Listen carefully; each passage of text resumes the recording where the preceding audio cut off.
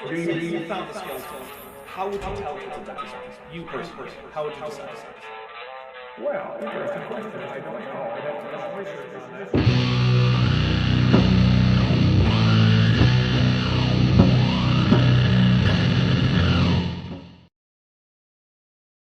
All right. Hey, everybody. So this is the Leaving Young Earth Creationism stream that I'm doing in memory of Bill Ludlow, who, in case you hadn't heard, passed away very recently of cancer. Later on in the stream, I'm going to give some information on if you would like to attend his public service, which will be held at the Arizona Museum of Natural History in Mesa, Arizona. So if you're in the area, and it's open to the public, so you go, be respectful. I also want to lay down a quick ground rule. Some of you may or may not know that Bill Ludlow and some other members of the community had some disagreements recently in the last few months. And we're not going to talk about that today because that's not what today is about.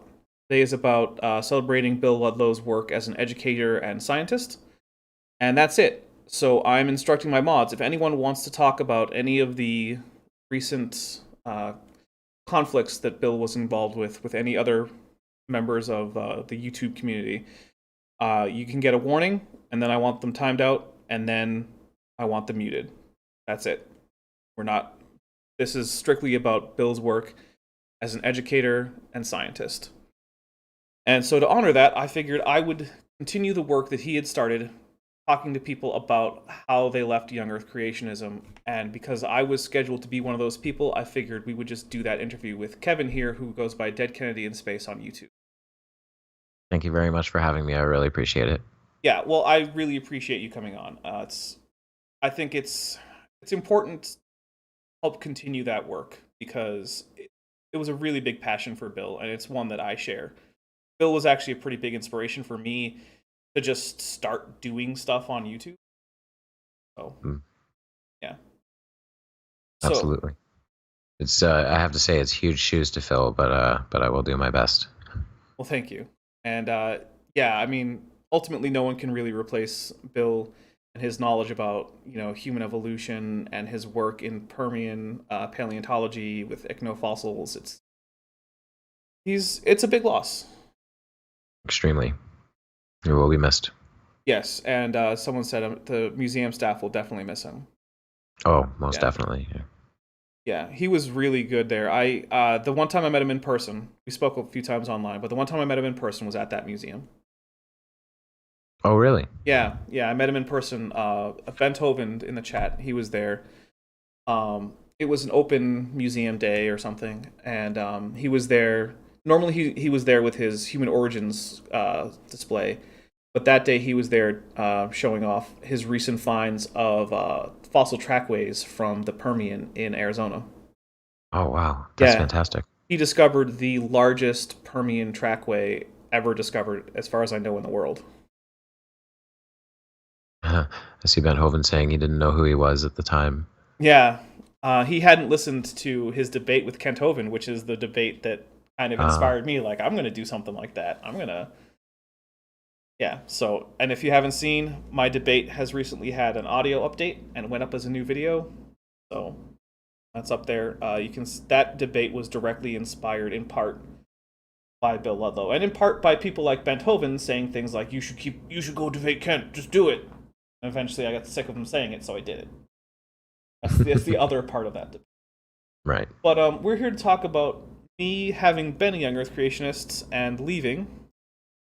So, why don't you give us a jumping off point for that, Kevin? Absolutely.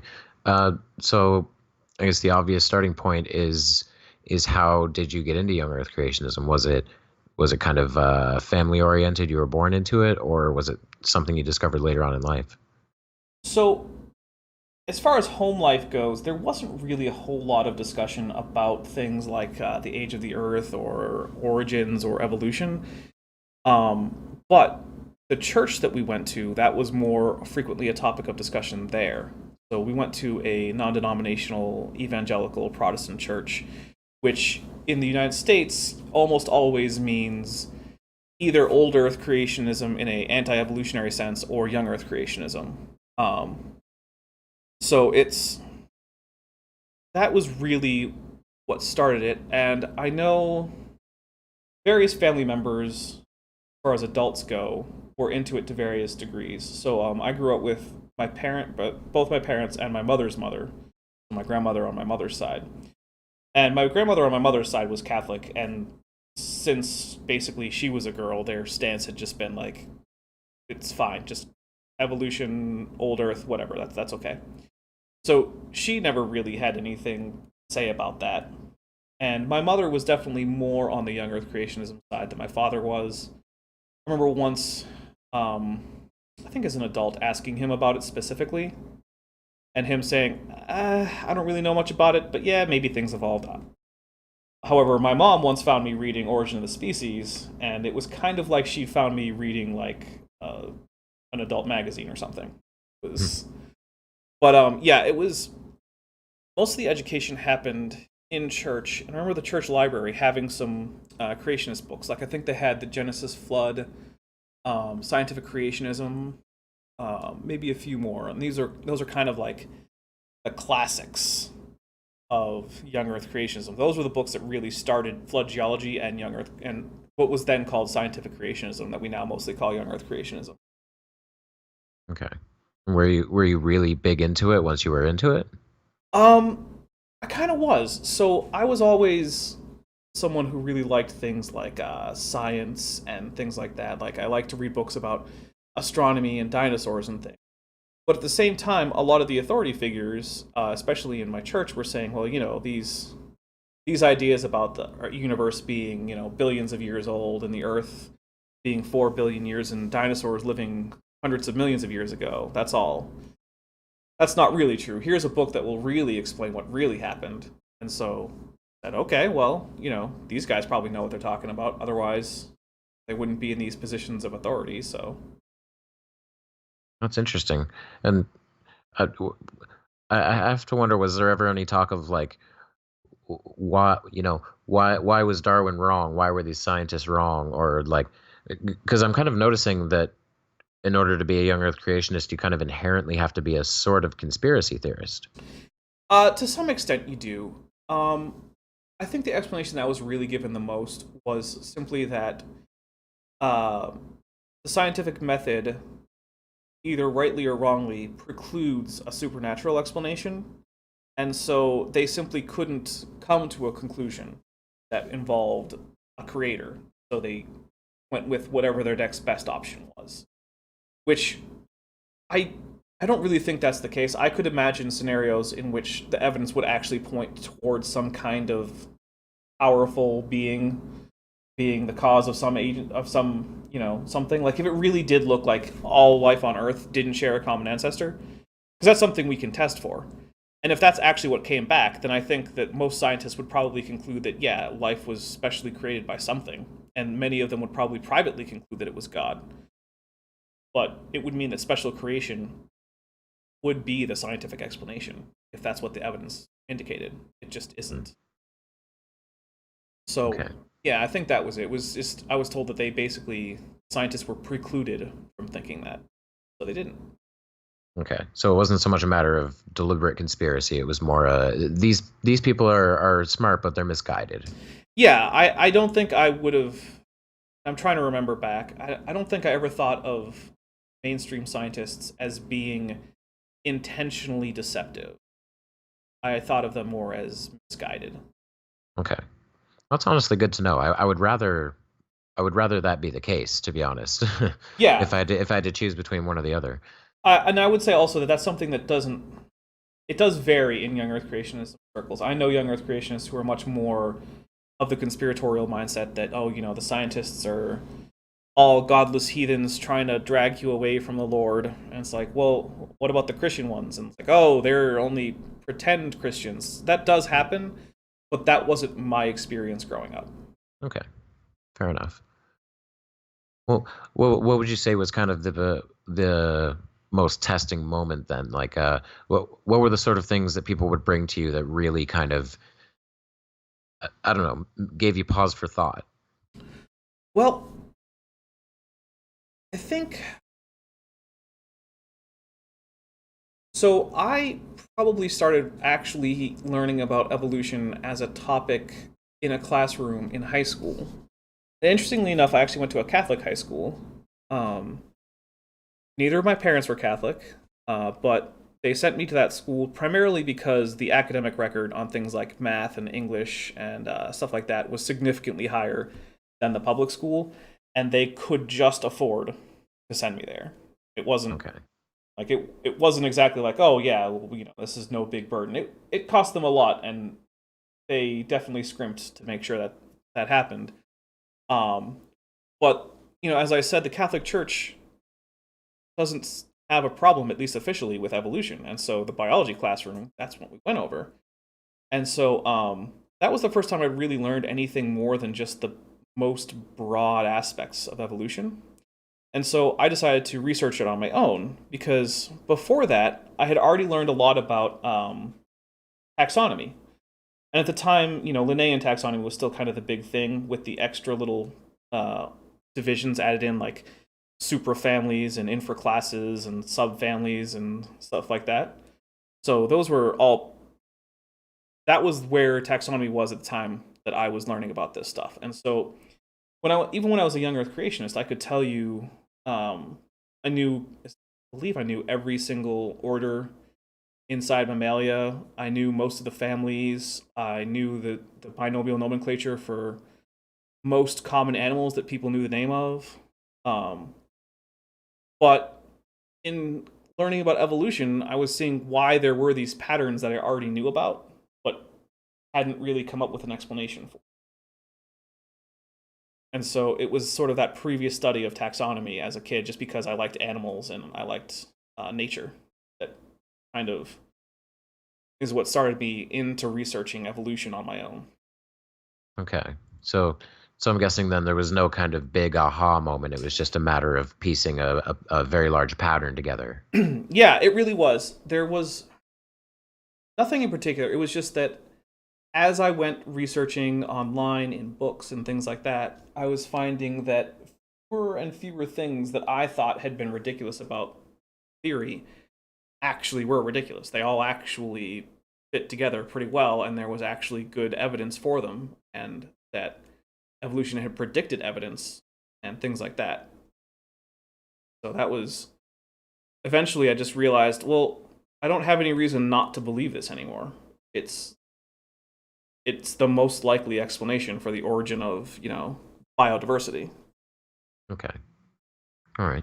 Now I'm curious because I've spoke with a lot of skeptics who have some degree of faith and a lot who don't, and it's always kind of a controversial subject in the community.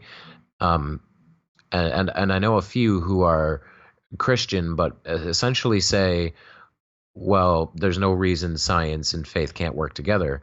Have you kind of come to that mindset that rather than young Earth creationism, it's just evolution is the mechanism through which God works, kind of thing? So I will say, as a policy, I on this channel I don't actually give what my current theological standpoint is. Fair enough. I will say, as I have said before, that leaving young Earth creationism, which started with evolution and eventually the young Earth 2 started, I started looking into that too. But none of that was wasn't ever really a problem for my faith as a whole. It certainly made me lose some trust in certain people who were supposed to have been teachers within that religion. But no, I actually I still think that there's really no reason that religion in general has to conflict with working as a scientist or doing good science or accepting modern science. I do think that some religious interpretations are not going to work. So, for instance, if you want to be the kind of Christian that, say, that church wanted you to be, you couldn't believe in science. But more generally, Christianity doesn't have to conflict with any of that. Right. Okay. That's interesting. I always kind of wonder how people of faith deal with the potential conflict of science. I consider it a potential conflict of science because, Yeah. like you said, they absolutely can work together. But yeah, I just find it interesting how people tend to process that. Well, Um, at the time, I can say this, and like I said, whether or not this is still my position is not something I'm going to talk about. But right. at the time, I basically said, okay, well, if the Bible is right and science is right, but they seem to be conflicting, then I must not be interpreting the Bible correctly. And also, I also thought to myself, you know, the point of the book, and actually, I don't really like to call it the book because there are a whole bunch of books that go to make up a collection. The Bible is more of a library than a book, but that's off topic. Hmm. None of those books was set out to discuss biology or physics or geology or meteorology or astronomy. That's not what any of them are about. Right. Pick up any single one of them, and that's not the point of any of them. Some of them are biographies, some of them are histories, some of them are myth, some of them are poetry, um, some of them are apocalyptic literature. And these are all different genres, but none of them is anything to do with any of those sciences. Absolutely. Yeah, I can kind of complement that by saying I've done the anti-flat Earth biblical argument before, which is basically the Bible says nothing about the shape of the Earth. It's not really concerned with it. So, yeah, I agree. It's There are certain passages in the Bible that, if you take them very literally, will lead you to an incorrect conclusion about science, and that can Mhm. actually include flat Earth. There are passages in the Bible that, if you take them very literally, make the Earth seem flat. But I don't think that the Bible is there to tell you what shape the Earth is. I don't think it was a concern of any of the authors, and Absolutely. and some of the authors may have been wrong about it. I'm pretty sure that some of the authors of some of the books in the Bible were in fact flat earthers, which was the prominent idea at the time. Mhm. But yeah. Yeah, that's interesting. So when you finally got away from young Earth creationism, uh, was there any kind of, because it sounds like you obviously weren't from a very strict family on the subject, but was there any kind of conflict in explaining that to them? So I sort of remained in the closet about it for a long time. Actually, sort of until recently. So my family now knows that I do this channel, and so it's that aspect is no longer something that I don't talk about. It's obviously out in the open because they know about it. Right. But I basically, especially around some of my siblings and my mom, was like, nope, not going to talk about it, not going to hint at it. And then when um, certain family members would say something that was obviously implying this kind of special creation mindset, I would just kind of grin and nod and like, yeah, okay, that's okay. And like I said, at one point, uh, my mom found me reading Origin of the Species, which I wanted to read mostly for historical purposes. I mean, I know that the science in there is outdated by 170 years or something like that. Right. So it's definitely not the current thinking on biology. But No. I was kind of like, this is a new thing for me, and I want to get to the historical origins of it, and what was the original evidence that sparked this idea. And so I picked up that book. And I came up with some excuse like, oh, I think it's important to read books that have influenced society and the world in general, whether or not you agree with them. And I actually do legitimately think that. It's just that wasn't actually the reason I was reading the book. Right. So I would encourage people to go read such books. But yeah, that was a lie when I said that, even though I do stand by the sentiment. Hmm. So it did cause that. There were also some people in my church who found out, and there were a lot of discussions around it, mostly trying to convince me to go back and become a young Earth creationist, or young Earth creationist again, and especially the creationism part. The old Earth part versus young Earth part seemed to be less important to most people there. It was more that, oh, evolution can't be true. No matter how old the Earth is, evolution can't be it.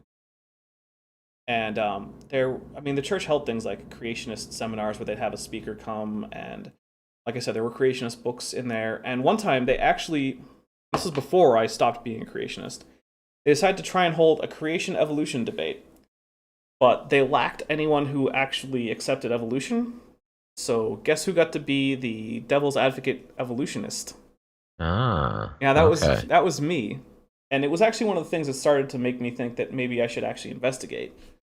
Because I was I was trying to go through in my discussion faunal succession, although I didn't know that that's what it was called at the time. I only had a vague idea about things like how the fossil record worked.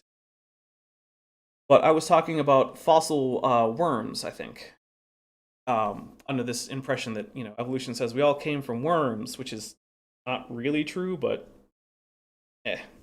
And so I remember the the people who weren't involved in the debate, the audience, started like heckling and yelling, and someone got up and said, "How do you know it's not just a fossil twig?" To which I didn't even respond because it just seemed so dumb to me.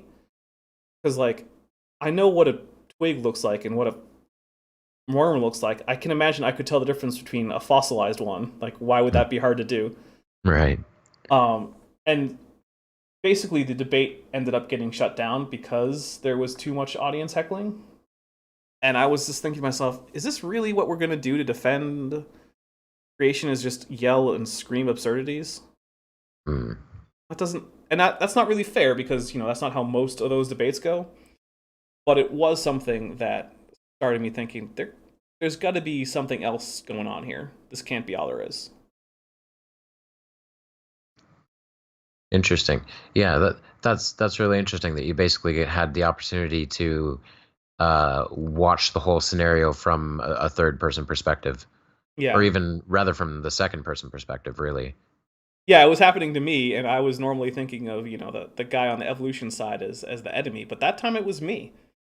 Yeah. And even though I didn't actually hold it, but it's actually not an uncommon thing in formal debates for the people debating either side to not actually, for the side they're debating to not necessarily be the side that they're on. Hmm. So in academic debates, that's actually fairly common that you'll be assigned a debate and you won't know which side you're on until the day of the debate. Interesting. I'm really glad I don't debate professionally and I just debate flat earthers because it's a lot easier. Well, that's academic debates. Debates that happen between people like you'll see like the flat Earth debates, or even more formal debates, but that are not being done by students. Usually, the debaters are actual proponents of the side they're debating for. It's just the in college thing is to try to prepare people to be able to you know know either side of an argument so well that when you decide to actually argue for your position, you don't straw man the other position and you actually refute their position. Right. Because it really is true that if you want to refute something, it helps to actually know what they're saying. And that's one of the reasons that I think I can do the creationism stuff pretty well, is because having been one, I know what the arguments were. I know why they're convincing, and I know why they're wrong. Yeah. Yeah, you're in the perfect position to do this actually. Um, okay. So I'm curious because you mentioned it seems with the kind of the core of young earth creationism, the young earth isn't as big a deal. A lot of them can accept the old earth, but the creationism aspect is what they struggle with. That evolution is the big sticking point. Why do you think it is such a big sticking point? Because just from an outside perspective, to me, as an agnostic, I find that really easy to integrate evolution into God's mysterious ways. I really think it comes down to a couple things. One is the theological position that that death, even animal death, is fundamentally the fault of, or is a result of the fall in Genesis. That has to be a literal true thing in order to make the sort of the fundamentalist soteriology work. If that's not really the cause of death, then how is it that Jesus saving us can save us from death when death was always a part of the world? I do think that there are reasonable Christian responses to that, but none of them are really ones that are likely to be taken seriously, I think, by sort of the evangelical Protestants in America. mostly because I think most of them come from traditions that they have already dismissed as too far outside what they consider to be authentic Christianity. Interesting. Um, I also think that there is some connection with the idea of the Imago Dei, the image of God.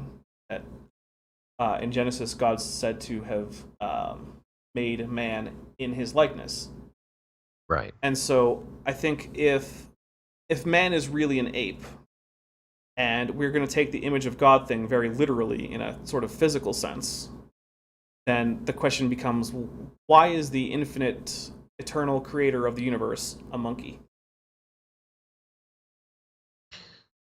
Hmm. And I think that the answer to that is simply, well, don't have to be overly literal with the Imago Dei. You can think of it as things like humans' ability to think as moral agents and to reason and to plan for the future and to be creative. Right. Well, what I find odd is if you go further back, um, you're basically saying that God created man in the image of singular cells of minerals Yeah, that that could be too. Like if man is created through this evolution process, then is God a clump of bacteria? Is he a bunch of rocks? Is he, a bunch of comets raining down with complex chemicals from outer space? right. In Ken Hoven's word, is he the rock that you pour water on and suddenly it creates life? Yeah, and I think that stems from being very literal about the idea of the image of God, which Hmm. I don't think is really fair because I remember even as a young Earth creationist thinking, well, if God is the person who created all this, then he would have to be independent of it, and so he can't be some old guy on a cloud. He must be something without an inherent, human-like form. And so the image of God thing must be something other than just God looking like a person. Right. So, And kind of related to that, I wanted to ask: is there a compelling kind of reinterpretation of the fall? The whole death is caused by man's failure and everything.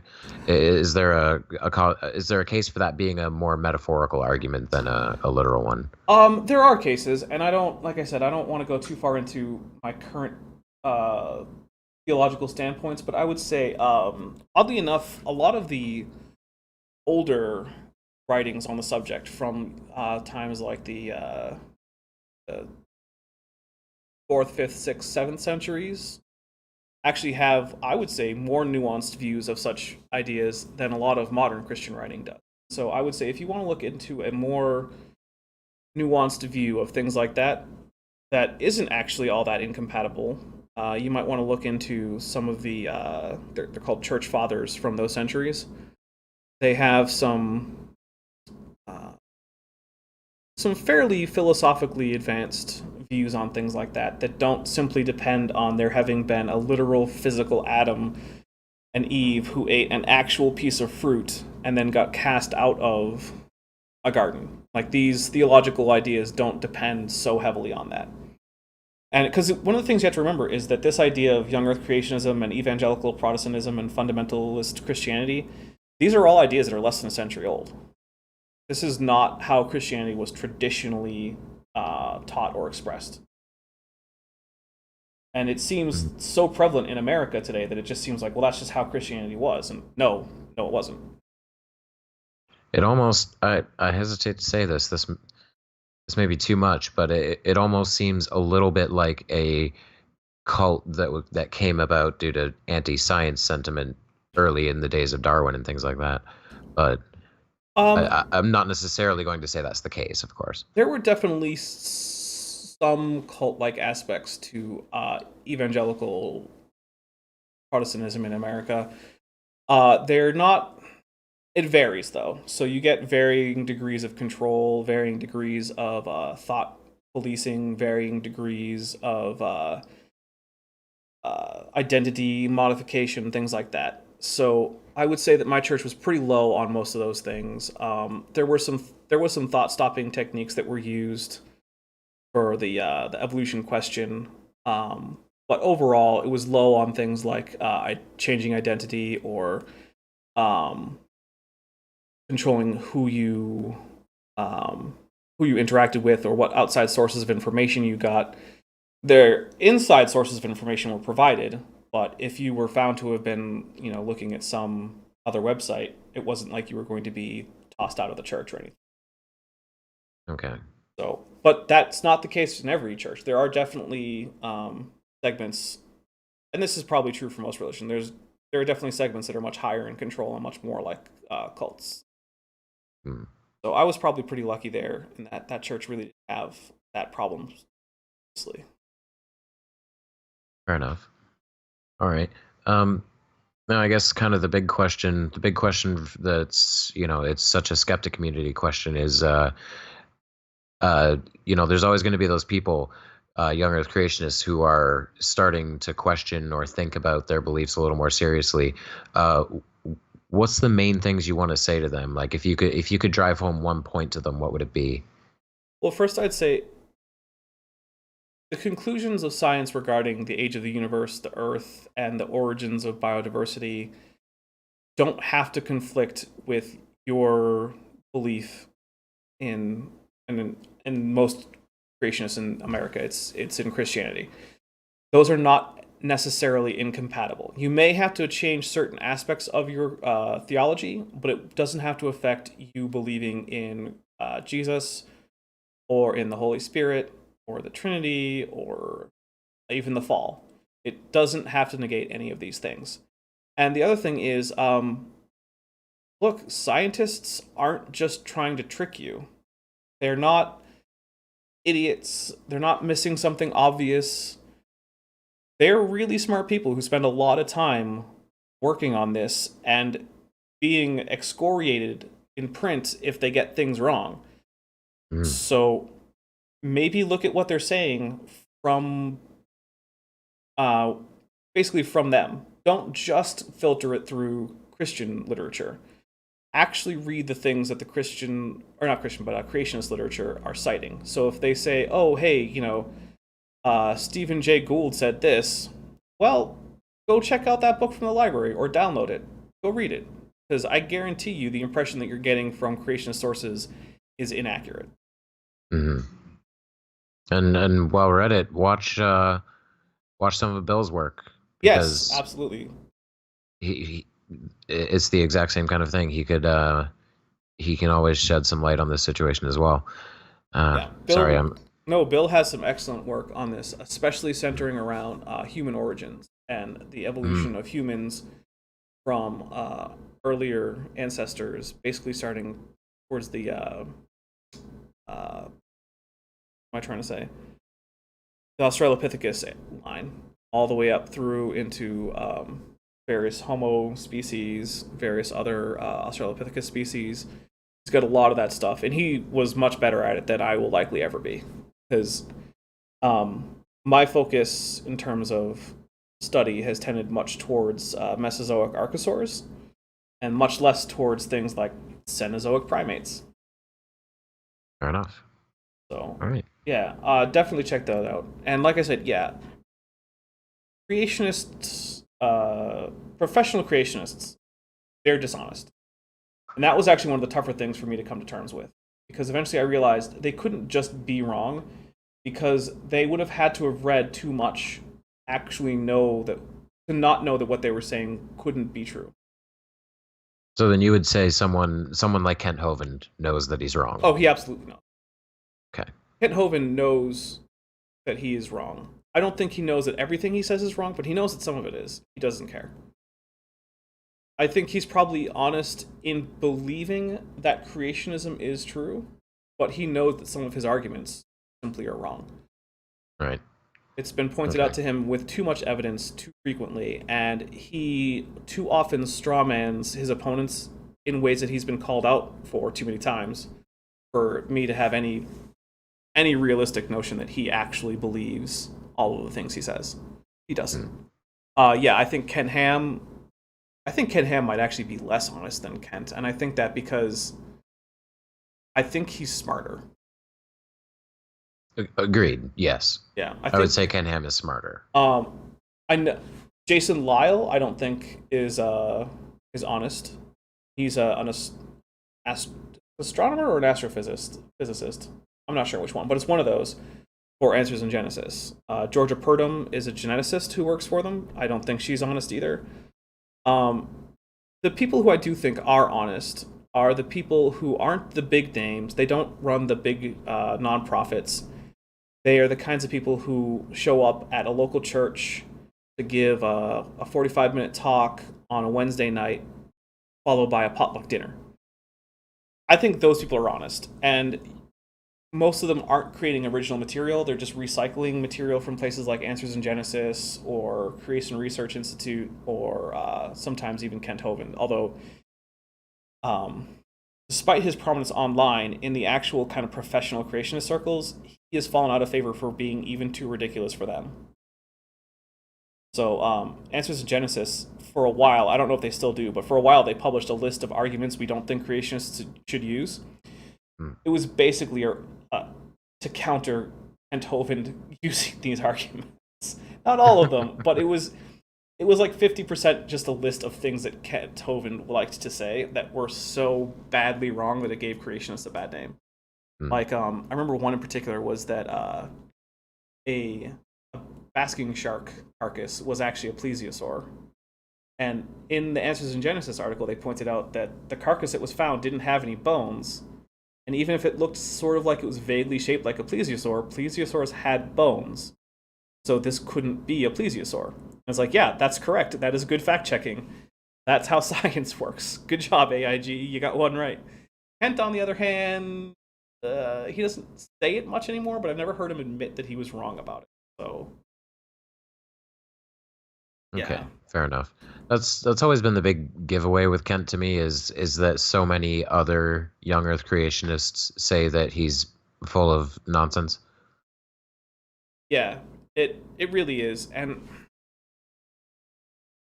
he's been shown in person documentation as to why certain things that he's claimed are wrong, and just continues to go on with it. And it also, another thing I notice is that I really notice it, especially in my debate, is that the things that he claims to know about, he doesn't. He knows enough sciencey words to fool people who know even less than him, which is, I mean, most people don't know all that much about, comparative anatomy or statistics or taxonomy or anything. But I think one of the big giveaways was when he said that if he were presented with a fossil skeleton, he couldn't identify it as either dinosaur or not, despite calling himself Dr. Dino, having a website that's drdino.com. His email is drdino@drdino.com. Oh, jeez. Yeah, and this isn't doxing him. This is public information. He says it all the time in his... Of course, yes. Like, he gives out his phone number online. That's how I set up the debate. I called him. I spoke directly to him. And to be fair, on the phone, he was pretty polite. He wasn't an unpleasant guy to talk to. He seems like a nice guy. Just very not smart. He's nice until he turns nasty, which he can do if you're antagonistic enough. If you want to see Kent Hovind turn nasty, watch his discussion with Aaron Ra on the Non Sequitur show. I was just going to discuss that. He got pretty nasty with Aaron. Yeah. Aaron is not afraid to be blunt, I guess, is probably the nicest way to say it. And he definitely baited Kent to the point where Kent lost it a bit. And I think that there's something to be said for doing that, as well as something to be said for what I did, which was trying to keep it as cordial as possible. I think it's good to have a mix of both of those things whenever you're trying to counter something, because different people will respond to different styles of debate. Some people really do respond to kind of heated back and forth, and other people are a bit more contemplative and will respond more to the kind of debate that I like to have, which is a bit more cordial and ends in a more friendly manner. Mm-hmm. And so I think it's valuable to have both of those. A great example of that, I would say Aaron Ra's discussion with Kent followed immediately with Aaron Ra's after-show discussion with G-Man. Completely different dynamic going on there. Yeah. It was interesting. Although, did you see G-Man won a debate recently? Against Godless Engineer? Yep. Yes. We say won a debate. He didn't, prove his arguments. He just did a much better job than Yeah, Godless did, and that's the thing. Well, that's the thing it about was a debate. You can be right and lose, and you can be wrong and win. right. Yeah, and there was a point during that debate where Kyle was basically making an argument for slavery, and I just kind of put my hands over my face and Yeah, but that's pretty off topic, and I don't want to get too far into the weeds there. fair enough. I will say it wasn't during my kind of exit from young Earth creationism, but it was shortly thereafter that I realized just how dishonest all of the big names in creationism had to be, and it bothered me because these were people who I had been told were supposed to be trustworthy, men of God who were working for salvation of everyone's soul and all this stuff. And I thought to myself, well, can they do it by lying? Is that really going to work? Like, if you have to lie to people to get someone to believe something, maybe you just shouldn't get them to believe it. Maybe no one should believe that. Right. And it really bugged me, and it's one of the reasons that I started this channel is because of things like that, where I would read or watch these things by creationists, and I would think to myself, this guy can't actually think that this is true.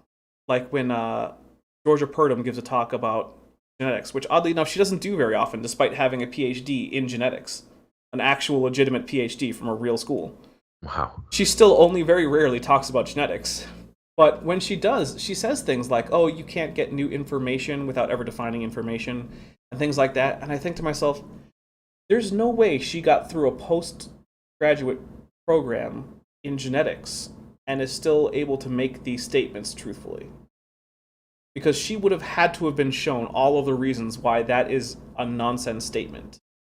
Because any way you define information in a way that's measurable, which you would have to do in order to say, we have a decrease in something, you have to be able to measure it first. So any way in which information is measurable in a genome, it's obvious that mutations can cause information to increase in a genome. I mean, any duplication event is an increase in information in the genome. So, yeah, it's... I have to point out at this point really quickly that it is a true shame that Bill Ludlow is not here right now, because this would be a much more stimulating conversation. I have to say I'm a little undereducated in these kinds of topics, and if he were here, he would have so much more to say to you. But I love hearing it at the very least. Well, I think you're doing a pretty good job, and I really do miss that I won't have the opportunity to do this with Bill, which... I mean, it was supposed to be in 6 days, and I really do think that this is the best way that I can honor his memory, is to just continue that work. Absolutely. I don't think I can fill his shoes. I certainly don't have the same knowledge base. I certainly can't make the same videos he would have. At the very least, we can have some of the same conversations. And, yeah, I wasn't expecting this. I had talked to him not that long ago, really. I think last month I talked to him, and I know some people who talked to him this month. And as far as I knew, everything was still a go for next Monday. And then I was just browsing Facebook, and I saw a post, and I had to read it 3 times, because every time I read it, I was like, no, that can't be what I think it means. And then, nope, that's what it meant. And it was his son announcing that he was, he had probably days left. And then, not long after, the word came through that he'd passed away on the 20th, 2 days ago. I had a very similar reaction when I saw the news on Twitter. That I had to read it a couple of times and say, no, that's who? Because I was convinced the first 2 times I read it that it was his account speaking about someone else. Yeah. And when I realized it wasn't, it hit pretty hard. Yeah, this and Sidestrike, it's been a rough year for the sort of science education community on YouTube. It has. And I guess it just means the rest of us have to step it up. Because, that's some big losses. And, I'm going to do what I can on continuing to counter creationism, anti-evolutionism, young Earth stuff, and there's a lot of people who are going to keep countering things like chemtrail nonsense or flat Earth or all that crazy stuff. And really, my dedication towards the countering creationism really is because I was one, and I feel like I was personally lied to. Right. I know that none of the people who were likely lying actually came and lied to my face, because I didn't ever meet any of them until my first phone call with Kent, which, by the way, was the day after his debate with Aaron Ra. Oh, wow. Yeah, because I wrote down his phone number, and I was saying to some of my friends, I was like, hey, did you know that Kent Hovind gave out his phone number? And then I decided to call him, because why not? He gave it out. Yeah. So I wasn't actually confrontational or anything with him. I was just very friendly. He asked questions like, oh, hey, where are you from? And oh, I'm from here. And he said, oh, there's a lot of heathens out there. And I said, yep, there's a few. Wow, he like went right into the shtick, eh? Yeah, I mean, he didn't have I didn't really have a good reason for calling in. He didn't sense that I was trying to be antagonistic, which I wasn't. Right. And so, yeah, we just had a little chat. I just find that odd that, like, is that a conversation that really hardcore Christians have with each other frequently? Yeah, there's a lot of heathens out there. That's a So there is sometimes discussion about sort of the level of the word sometimes is used churching, which is the proportion of people in an area that regularly attend church. So a place that isn't well churched means that there's a lot of the people out there who don't regularly attend church. Okay. And so it's not an uncommon conversation. It's not usually something that's like you'll sit down and have a nice long talk about this over a meal or something. It's more of if you're trying to learn about a new part of the country or you're meeting someone from there, you might ask about it. And so, okay. And I think it has to do with, so even though a large proportion of the United States identifies as Christian, a fairly small proportion of them identify as the sort of Christian that is going to be a young Earth. They're always a minority, definitely as for the country as a whole, but even within Christian circles, they're usually not the majority.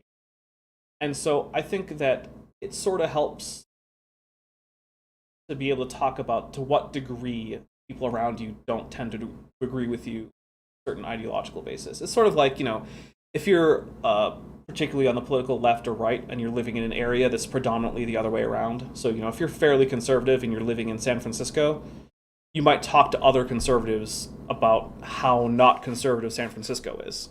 Right. And that's how I saw it. It was sort of one of those things where it's like, to what degree are we sort of the out group? Okay, that's fair. And I mean, I guess that's something it's the Christian version of what everybody does, right? You move to a new town, you want to know where the bad part of town is. Where should I, clutch my things a little more tightly? Right, yeah. And you also want to know things like, like if you're into a particular kind of music, are there any bars that do live shows with that kind of music or something like that? Which, by the way, I was not the no alcohol kind of Christian.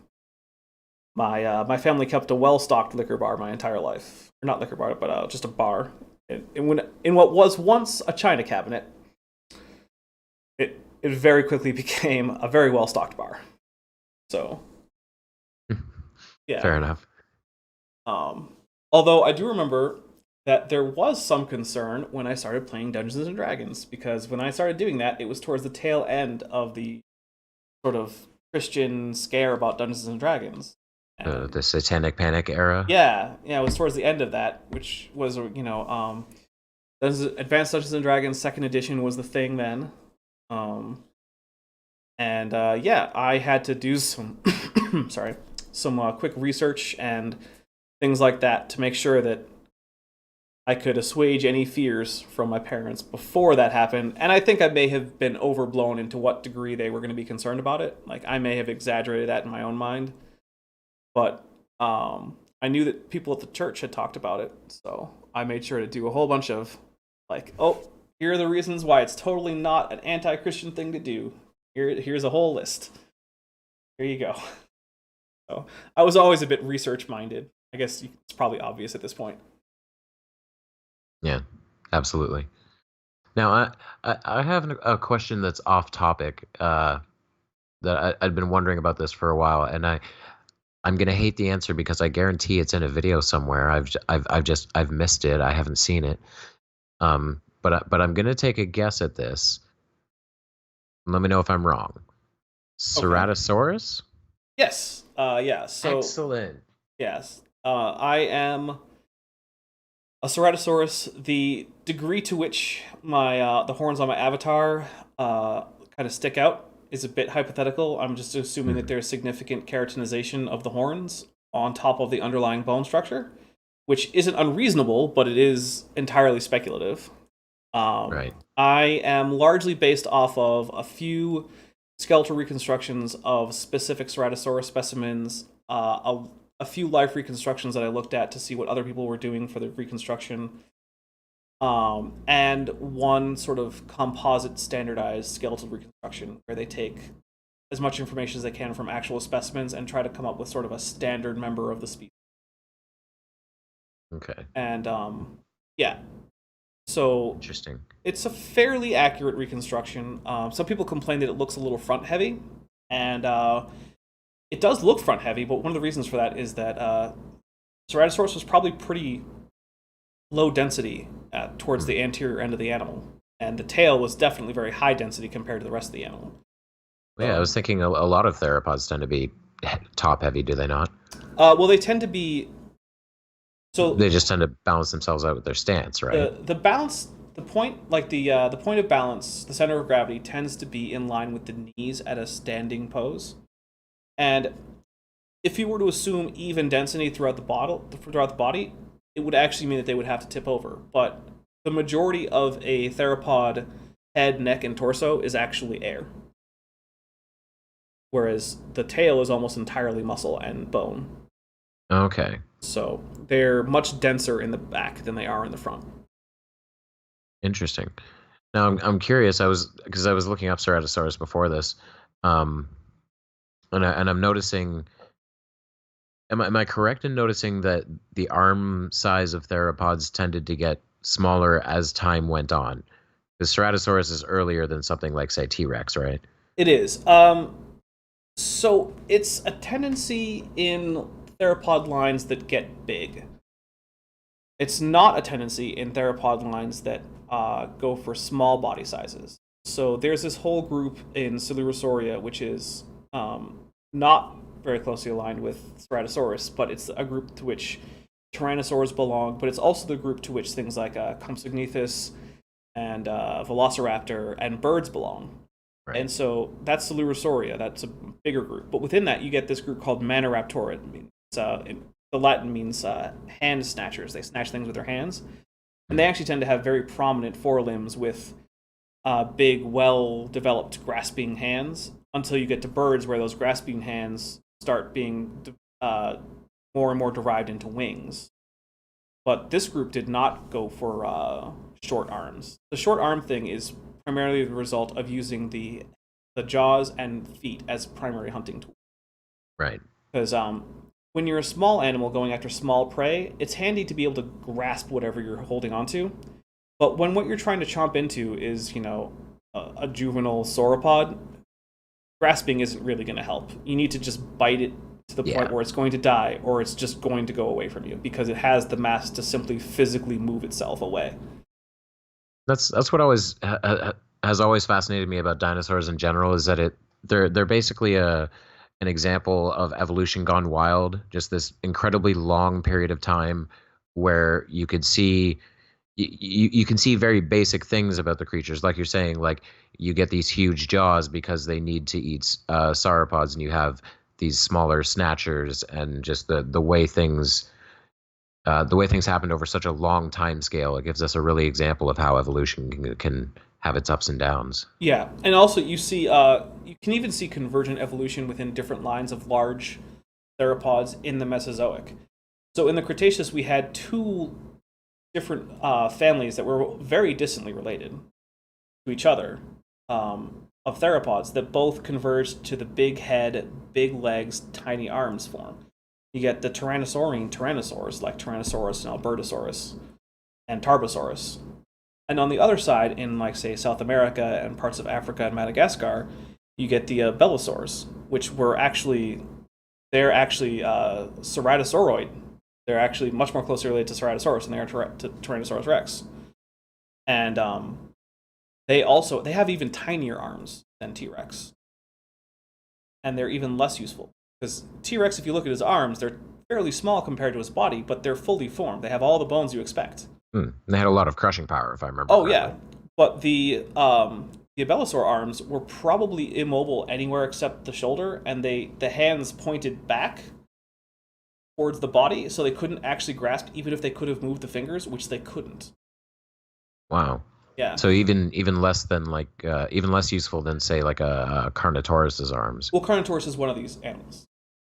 Carnotaurus is an Oh. Abelisaur. Oh, okay. So it's an example of that. Wow. Yeah. This has been incredibly informative to me. I try. See, it would have been less informative if Bill were here, but it would have been a lot more educational for the audience. I'll say that. Yeah. And really, it's that all those things that I was saying about how we can see convergent evolution between different lines of dinosaurs, with a special creation mindset, you just kind of have to shrug and say, that's just how God made it. It's not really a reason. It's how it is. And that, to me, is sort of it's a disappointingly small perspective on the history of life. There's no symmetry to any of the things that are happening around the world. There's no patterns. You can't look at biogeography and say, why is it that in South America and North America, which were separated at the time, we get these two different groups of very dissimilar animals coming to similar body plans in different ways? And, why is it that there are giant salamanders in the United States and in China? Why is it there are alligators in the United States and China? Why is it there's ginkgo in the United States and China? Why is there a connection between these two countries biologically? Whereas, on the other hand, there are, the ungulates in, say, Europe and North America are much more similar. Why are there these weird different things? And with creationism, you just kind of have to shrug. Yeah, it's just how it is. But if you look at the history of Earth through the fossil record and evolution, you come to actual reasons. Like all of these things like ginkgo trees and giant salamanders and alligators went across a land bridge during the Mesozoic when these ungulates hadn't evolved. And then they were separated until the Ice Age when these ungulates had evolved and then came in.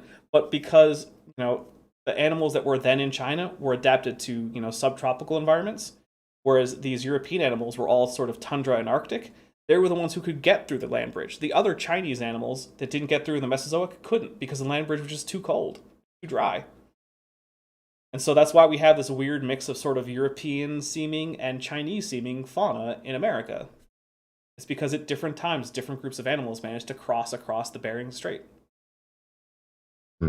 And with creationism, you don't get to have any of that history. See, I've always thought to myself with agnosticism, whenever I consider the idea of a God, I've always thought, if God is anything, it's got to be the rhythm to the universe. And it sounds like evolution gives a lot more rhythm to the universe than creationism. Creationism just sort of puts things in place and says, because. It's really sort of the ultimate a wizard did it hand wave, Whereas it's true, evolution has these patterns that repeat. There's various mass extinctions, and then we see the same kinds of niches being filled by different organisms. And then we see another mass extinction, and then there's a new radiation, and there are these biogeography things where we see migrations from one continent to the other by certain animals at different times in geological history. And there's a certain beauty to how we can trace all of these things. And I'm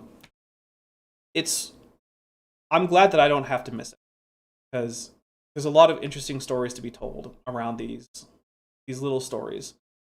And if you just think that everything was specially created and somehow came from an ark a couple thousand years ago, or I guess 4,000 years ago, to be fair, I mean, what? Just had to make up some stupid stories about how kangaroos happened to hop to Australia without leaving any fossils or populations anywhere else. That's just why they're in Australia. There you go. Whereas if you actually have a proper understanding of things like geology and evolution, you can say, okay, well, there's a reason that marsupials primarily occur in South America and Australia, and why the only North American marsupial actually came from South America. It's because South America and Antarctica and Australia were all connected until fairly recently, and because we weren't in an ice age until recently, they were all habitable across that. But then when they broke off, then Australia kept its primarily marsupial inhabitants, but because South America was still close enough for newly evolved placental mammals to raft over, they colonized South America, and that's why you have a mix in South America, but almost exclusively marsupial mammals in Australia, and why the only native placental mammals in Australia are bats. Because bats can fly. They can just get across the ocean. So Fascinating. yeah, you get to know all these interesting things about these details. And actually, I have to be right back because there is someone at my door. And I heard I'm gonna that. check on that. So I'll be right back. Sorry about No that. worries. I'll entertain the audience here. Okay. Yeah, Dark Knight Apologetics, Ugly German, and Burnbird. If you guys want to have a discussion about this on my channel, I'm more than happy to set that up.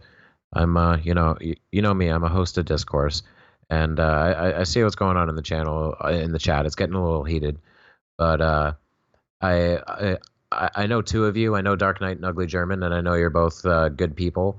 So I'd love to see you guys, calmly have a discussion. Tell us about my channel. I'm a flat Earth debunker. I'm not overly interesting. I do space science and conspiracy debunks, mainly flat Earth, sometimes some other things. Kind of moving on from flat Earth more recently because it's dying. People are losing interest in it. But there's lots of other crazy out there. There's mud floods. There's breatharians. Have you heard of breatharians? They think you get food by breathing. Yeah. Interesting though. A lot of those going for the low-hanging fruit. Yes and no. I mean, come on. Pardon me. It is low-hanging fruit to a degree, but the reason I go after it specifically is because I'm a big fan of space science. I'm very interested in everything that we do outside of Earth's atmosphere. So the idea that none of it exists is frustrating to me. So that's why I go after it specifically. Oh, thank you, Kiri. I don't know. I try to be. But well, yeah, of course. I mean, when would you not want to take a stab at flat earthers, Neslig?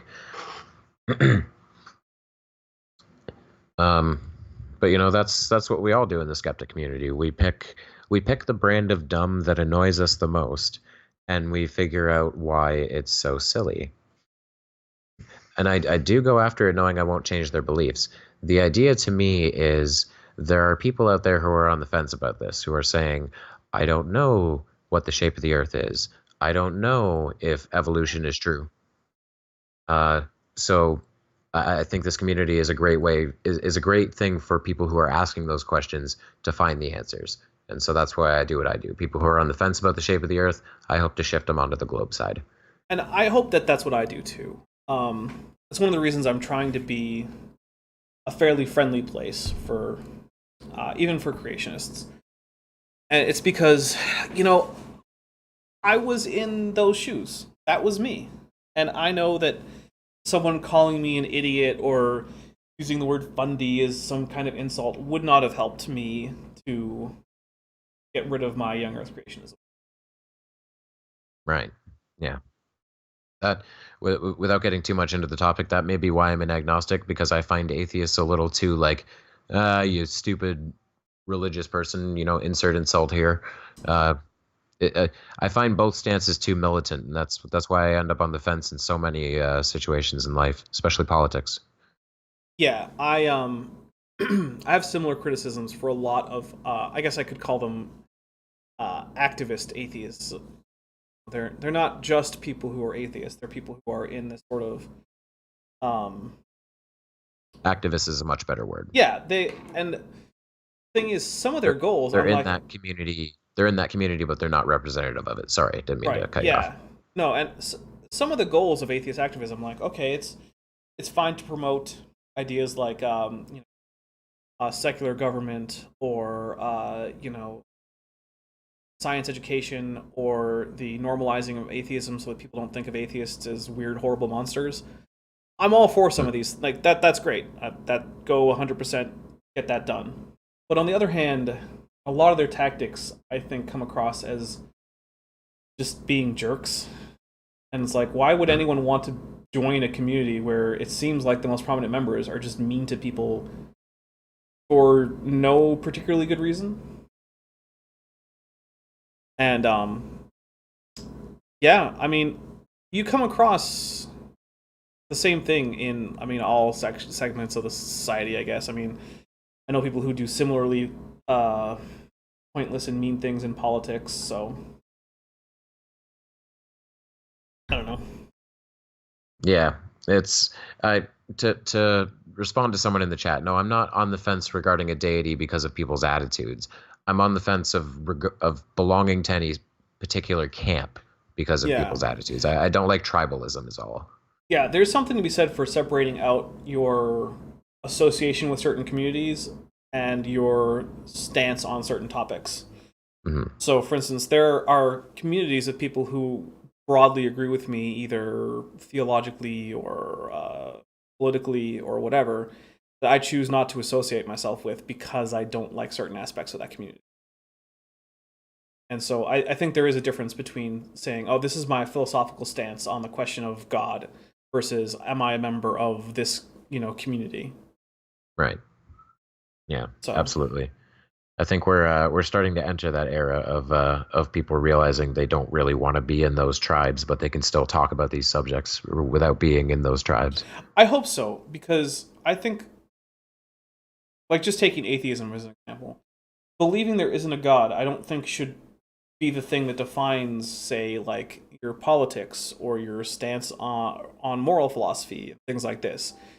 And it seems like there are lots of groups that are trying to make it that way. And like there are a lot of people who are like, oh, if you want to be a real atheist, you got to be politically left wing. I was like, no, you don't. Well, you can be. That's fine, Hmm. but you don't have to That's be. There are conservative or libertarian ideas and principles that don't require you to believe in God. mm. I always found that one very strange because I was brought up around a lot of conservative thinking people, and a lot of them didn't believe in God, or Yeah, they'd be the kind of people who don't say anything about it, but they don't go to church and they don't think about it, kind of thing. Um, I also know some very left wing Christians. yes, at the same time, yeah. There's examples of both on either side. So I've never liked that kind of exclusivism. Yeah, and I think it's like you said. I think that's starting to change, and I think the internet is helping. But Absolutely. yeah, and at this point, I do want to see if the chat actually does have questions, especially about the main topic, which is leaving young Earth creationism. Things like, I mean, yeah, it's your questions. So if anyone has any of those, please let us know, and we will try to get to as many as we can.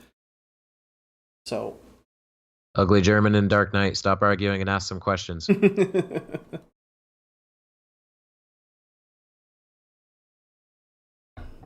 But don't stop watching, because I like having Please. both of you guys here. You both leave really good comments on my videos, and Yeah, they're yeah. both great. Yeah. So, do I still ever have doubts one way or the other? Yeah, all the time. Um, there are definitely times when I'm listening to someone on another position, whether it be about science or religion or politics or any of those things. And I think, he's making a decent case, and even though I feel like I have evidence that would counter it, I mean, maybe I'm wrong about that. And that's usually what sparks me to go do extra research and find new things. And sometimes it confirms what I thought. Sometimes it doesn't. And when it doesn't, that's when I tend to change my mind. And just by leaving young Earth creationism, I'm the kind of person who is willing to change his mind. So, This is for you, Kevin. What do you think about homeopathy? Homeopathy. Uh, Sorry, correct me if I'm wrong, but that's what would you call quote unquote natural medicines, kind of pseudoscience things pushed by Yeah, so new agey sort of people. yeah. So one quick thing is someone says that they've heard that every geological period can be found in Australia, yet there are YUCs there who deny the old Earth. Yeah, it's Australia is actually a great place for geology, and it's still puzzling to me that there are either flat earthers or young Earth creationists in Australia, because Australia does a great job of just wrecking either position. But so do you know a whole lot about homeopathy? I mean, I've looked into a few specific kind of quack medicines that are out there, but in general, I just sort of regard it as the modern day equivalent of the guy who would sell you a bottle of piss and ink and tell you it's magic elixir. So to a certain extent, yeah, that's true. So homeopathy, it started back in I think the century with a man named Samuel Hahnemann, and his idea was that the medicine that doctors at the time were giving people was just making them worse, which he was right about. People were mixing up things like belladonna and mercury into a paste and like having people eat it. I mean, it was just terrible. Hmm. So he had this idea that I'll give people small doses of very dilute substances that I think will help them. And it turns out he had a better success rate because he wasn't actively killing people. He wasn't treating Hmm. them. He just wasn't actively hurting them like the rest of the doctors. Okay. And so his idea was that your immune system sometimes needs to be stimulated in order to respond to whatever disease you have. And what would stimulate it is something that in a normal healthy person, in a normal healthy person would cause symptoms similar to what you were suffering. So for instance, if you had a cold and there was a lot of sneezing, he might say, well, we'll dilute black pepper because when people sniff black pepper, it makes them sneeze. Hmm. So we'll dilute that and it'll stimulate your immune system to respond by realizing, oh, there's sneezing going on. But the amounts that he diluted things were to the point where is essentially none of the active ingredient left. It's just water that he's giving you. Because, he didn't know, but now we know that chemicals are discrete. They come in a certain whole number of molecules. And he thought that these things were continuous. You could continue to subdivide them all the way. He wasn't an anatomist. Hmm. And so that's just not true. And yeah, homeopathy has never been shown to do anything other than be a very good placebo, which it is a very good placebo. I'll give it Is that. it still popular? It's especially popular in certain places. It's fairly popular in the parts of the UK. It's not widely understood in the United States, and so homeopathic remedies kind of fly under the radar there, where people think they're actually getting normal medicine, but they're not. It's more open in the UK. I think it was a. Will I ever do anything on anti-vax? So I have trouble doing a lot of medical stuff because I get very, very angry. It's really hard. That's fair. So, oh, and God's auditor, it killed my mom in 2017 because she had cancer treatment. Yeah, that's why I get angry about medical. That's why I have a hard time covering it because of things like that. Because you know what? If you go through your whole life thinking the Earth is 6,000 years old and that humans rode dinosaurs, whatever. I mean, you shouldn't. It's stupid, but it's not going to kill you. But if you Right. avoid life-saving cancer treatments because someone convinced you that a sugar pill with magic water on it was going to cure your cancer, yeah, I'm actually going to get upset talking about it. So probably not. No, I probably won't cover it because I can't even describe it without getting angry. It's understandable. Yeah. I've thought about it as well, and that's been the primary kind of barrier to it as well, is it just makes me angry because it most frequently results in sick or dead children, and that's awful. Yeah. I'm glad that people like Jeff Holiday and Miles Power can do it without just exploding into fits of rage, because it's what I would do. It's Mm. honestly hard for me to even describe why I don't talk about it, because I can currently feel my temper rising because that is just some of the worst things that you can do is mislead someone about their medical just about their health. Like, what it's true. What do you have if not your health? Yeah, Would you rather be healthy and poor, or just rich but physically a wreck? I'd rather be healthy and poor, absolutely. because I mean, these fancy clothes and food aren't going to do much if you're in constant pain and dying. I see that Kent Hovind is in the chat, and he would like us to prove that the past people lived to 6,000. What? Thanks for That's showing great. up, Kent Hovind. Are you the Kent Hovind that likes to go onto Kent's channels and like troll people with an over the top version of Kent Hovind? Because I hope you are, because I know there is one of those. It's why his channel name is Kent Hovind Official in all caps. Oh, that's great. It's because there are trolls that go by Kent Hovind, which I find hilarious. Honestly, one of them fooled me because it had Kent Hovind's picture, Hmm. and I was like, "Wait, is this actually Kent Hovind?" Because he was saying things that are over the top, even for Kent, and I was, "Yep, one of them caught me." It's a beautiful world we live in, where these parody accounts exist, and you do have to look twice. Oh, someone wants me to say water. The Earth was covered in water. In water. Water. You have to very heavily emphasize that T. It has to be aspirated. Water, not water. Water. Not water. It's not water. Water. Hmm. Water. Let's see. I think the best Ken Hovind I can do is hang on. But you're telling me that in some way or another, a pineapple and an elephant are related. Oh man, that actually that's the only piece of non-sec merch that I have is the pine trees don't produce elephants T-shirt. I have it. That's great. I have it in blue. It's yeah. Uh, isn't that illegal to impersonate? What, Kent Hovind?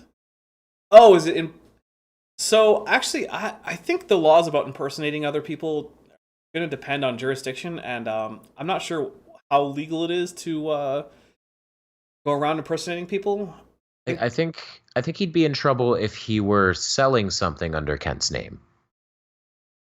So yeah, that might be. Beach Price says, or is it Beach or BJ? I don't know. Says, do you ever do presentations on more recent animals like myocytes? So I do actually have something on modern whales in my video catalog. I believe it's called A Whale's Tale, Tale, of Evo Devo. Um, and in talking about dinosaurs, I do often get into modern birds, so modern dinosaurs.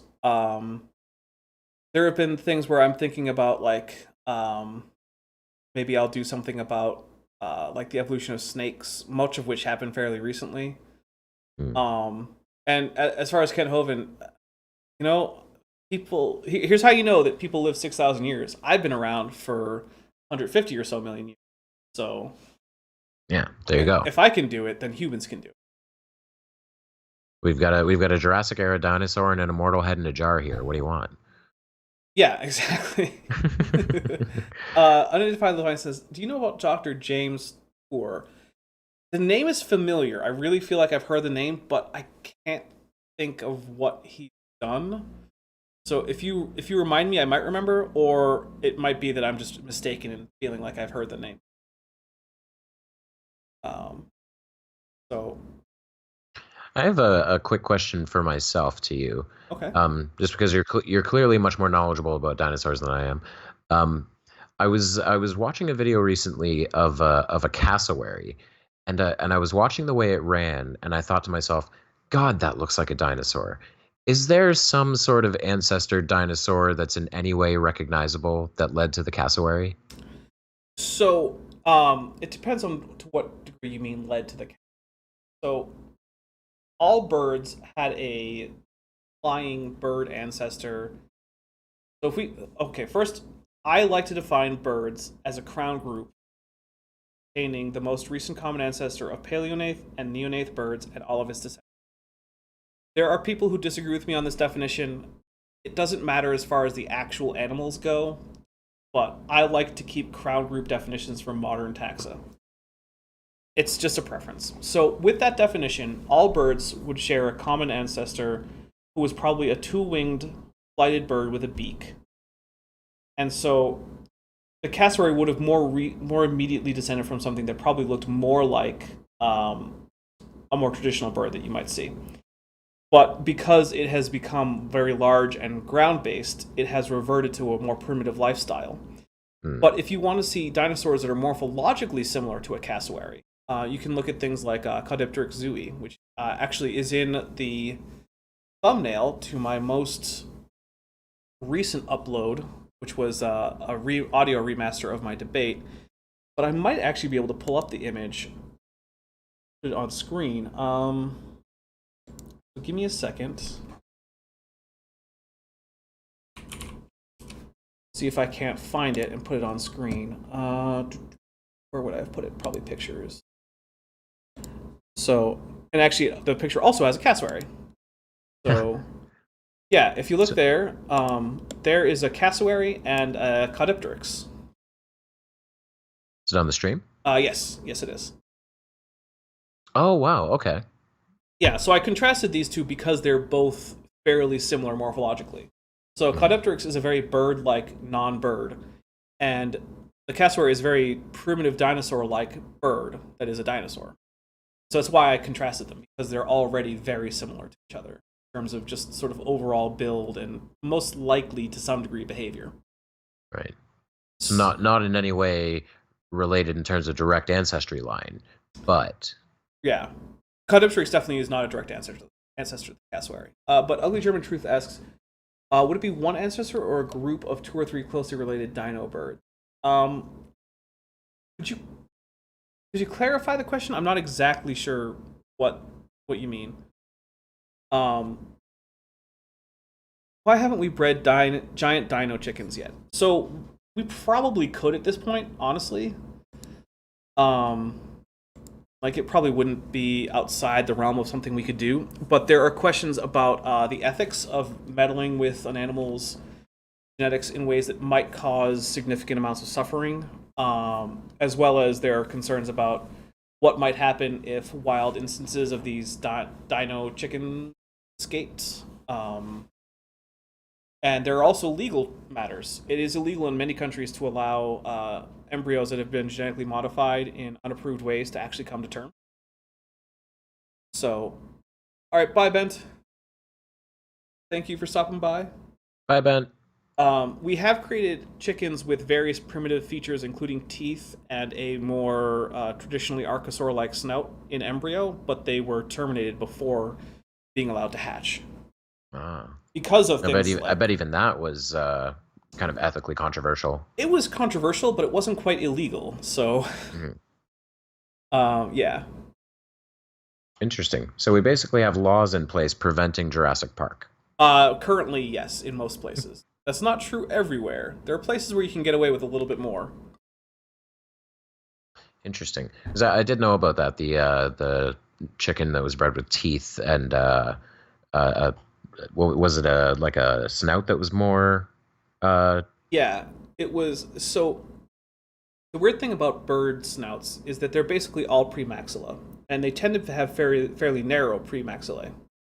But you can switch on and off a few different regulatory genes in a bird, and it will develop a more traditionally archosaur cranium, where the maxilla dominates most of the upper jaw, and then the premaxilla is only about the front quarter to a third or so. And it also will end up being broader, more like an alligator than, say, most birds.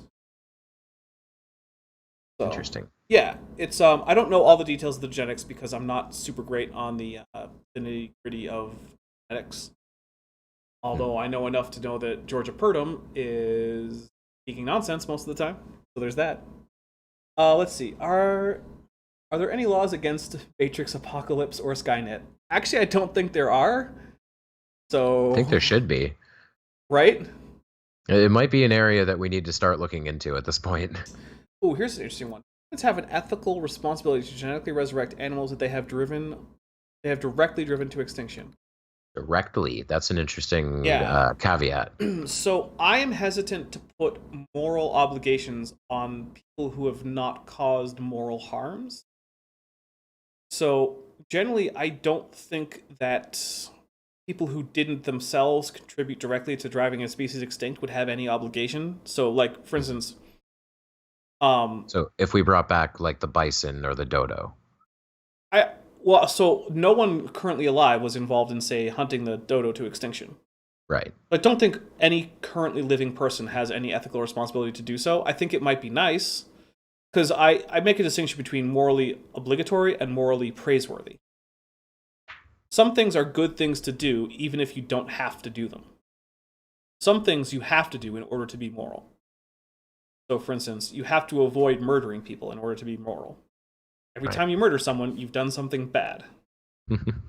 Every time. Every single time. But on the other hand, I think it might be morally praiseworthy to bring back some of these species, especially in environments that are obviously suffering from their loss. Mm. I don't think it's a moral obligation. Except maybe if it happened extremely recently, you might be able to say that the people who directly caused it might have a moral obligation, but it would be nearly impossible to impose them meeting that obligation, because generally speaking, the people who make things extinct tend not to be the kinds of people who could bring them back. So then in that case, I guess we should probably say it may be worth trying to bring back the white rhino, or in the next few years, possibly bees. Well, actually, so European honeybees have mostly bounced back. Oh, excellent. Yeah, so it turns out I've been that, hearing a bit of good news around the world about it. yeah, well, one of the things is it turns out that honeybees are valuable. People make money off of them. And it's not that hard to make one hive into 4 or 5 hives. Because if you take, so, beekeepers keep their honeybees structures where they have combs that they can slide in and out of the structure vertically. Well, if you take one of those... Sorry, I was muted there. Sorry. Oh, no, it's all right. If you take one of these combs out, and you move it to another hive that's far enough away, the bees will consider themselves in a situation where they're in a hive without a queen, and they'll simply start feeding several of the developing larvae royal jelly, at which point several queens will emerge. They'll kill each other until there's only one left, and now a new hive will be established. Wow. So it's actually, it's very easy to create a new hive. And then, of course, after the new queen establishes that she's the only queen left, she'll go on a nuptial flight, come back, start producing fertilized eggs to continue on the hive. So it's actually pretty hard to drive bees to extinction while there are people taking care of them. It's kind of like, how would you drive chickens to extinction? Right. Even if you pumped all sorts of stuff that was especially toxic to chickens into the atmosphere, I mean, chickens are too valuable. People are going to figure out how to keep them around.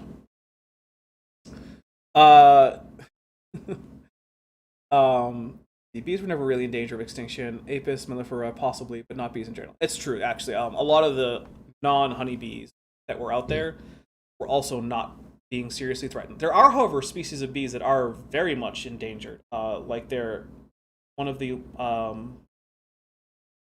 main pollinators on the Hawaiian Islands is a native bee that's almost completely gone. So, I mean, there are bees around the world that are in trouble. John Rapp, I've just subbed. Thank you very much, John. And thanks to Kevin, because I think he came from you. Thanks, John. Raptor at first, so not Tapper in a baseball cap. Look forward to content. Thank you. I'm having fun. Yeah. So someone was talking about abiogenesis. So one of the things about abiogenesis is it's not very well understood compared to most other aspects of the history. It's there are certain hypotheses, some of which may be concordant with each other, some of which may be opposed, and many of which may be true to varying degrees. But we have certain ideas about how complex chemistry can arise without needing life. RNA can synthesize its own replication from amino acids. There's some indication that dextro amino acids are actually more stable than their chiral counterparts, so that can help explain the sort of single-handedness of amino acids used in life. We can create certain protocell-like structures where these things are not alive, but they do have a metabolism and they can move to seek out additional sources of energy. So we can make things that aren't cells, but they eat and they metabolize. So we're making progress, but it's still very much a young science. And it may be that we never actually answer the question, how did life on Earth arise in particular? We may have ideas about how life can arise, but that doesn't necessarily mean we'll know how it did arise in any given place in particular. We ever address astronomy evidence against YEC? I asked because that's what made me leave YEC behind. My first live stream with Landon Curtin Knoll, I believe it was called Interview with a Genius. We talk a lot about some of the reasons why modern astronomy cannot really be fit into a young Earth narrative. Also, we got into that on my 1,000 subscriber live stream. And I also have a video called Answers to Jason Lyle or something like that, where some of the things that he goes over are astronomy based. I have some responses to some of that, although most of what he says is sort of a more general, broad philosophical thing. But he did a video called, I think, 10 questions to ask an evolutionist or something. So I answered them. So I have, in fact, addressed a lot of astronomy stuff. Check out those videos. So 1,000 subscriber special, Interview with a Genius, and Answers for Dr. Jason Lyle or for Jason Lyle or something like that. And I would just like to point out, incidentally, every piece of evidence regarding astronomy that can be... I meant to tag John Rapp. I'm sorry, John Auditor, or God's Auditor. Every piece of astronomy evidence that can be used against YEC can also be used against Flat Earth. I would say, yeah, at least for astronomy. Well, the thing I've been considering lately, like a kind of kill-all for Flat Earth to me, is as long as the speed of light is a verifiable fact, everything we know in space is more or less correct. We know, for instance, that the moon is 238,000 miles away because we can bounce a laser off it, and it takes 1.3 seconds to get there. Yeah. And so that kills any kind of notion of a local moon or a firmament. Right. It really does. Oh, and Unidentified Leviathan cleared up about Dr. James Tour, just bluntly told everyone what is being done in labs is not abiogenesis. I do believe I saw some of that video. I would agree with him that nothing that's being done in any of the labs is abiogenesis. But that's because for it to be abiogenesis, you would have to end up with a new life that was composed of previous non-living things that didn't have any living ancestors. But the thing is that none of the things that anyone is doing in labs is trying to actually perform an act of abiogenesis, because we don't have enough knowledge about how we could go about doing those things. What all of these are doing is putting in place elements of what could have helped abiogenesis on the way. So it's sort of like saying, oh, if, say, you have...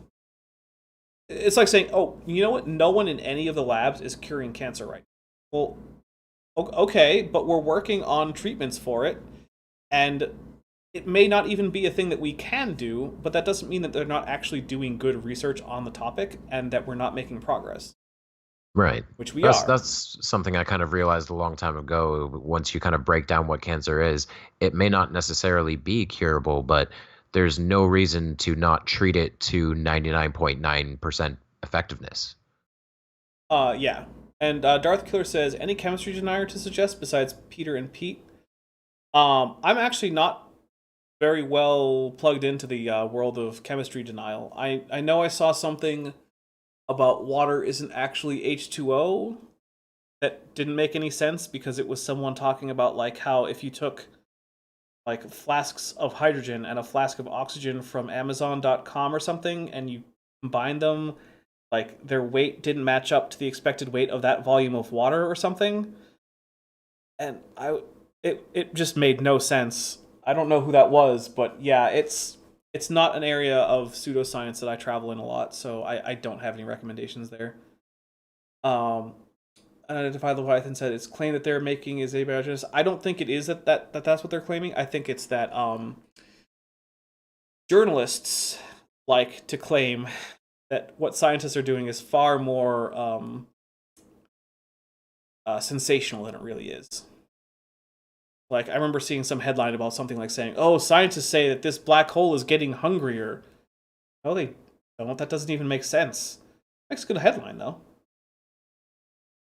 That happens a lot with science. Like when it was realized properly about the geocorona, the little bits of particulate matter of the atmosphere that extend all the way out past the moon, Oh yeah. and the headlines were just "The moon is in Earth's Oh atmosphere." gosh. It was like, well, kind of. And the thing is that normally that kind of particulate matter, because those follow they follow parabolic trajectories. That they're not in a fluid. They're Right. individual atoms and molecules following parabolic trajectories, going back towards Earth after having been kicked up by something. That would normally be described as an exosphere, not an atmosphere. Like the That's a moon good has an exosphere. It has little particles that would normally be gas that are following parabolic trajectories above its surface after being hit by, say, a high energy photon or something. But it's not a fluid. It doesn't flow. It doesn't have any viscosity. It's just individual particles going on their little happy gravity dictated path. Right. I think it's just that's what's hard to describe to people is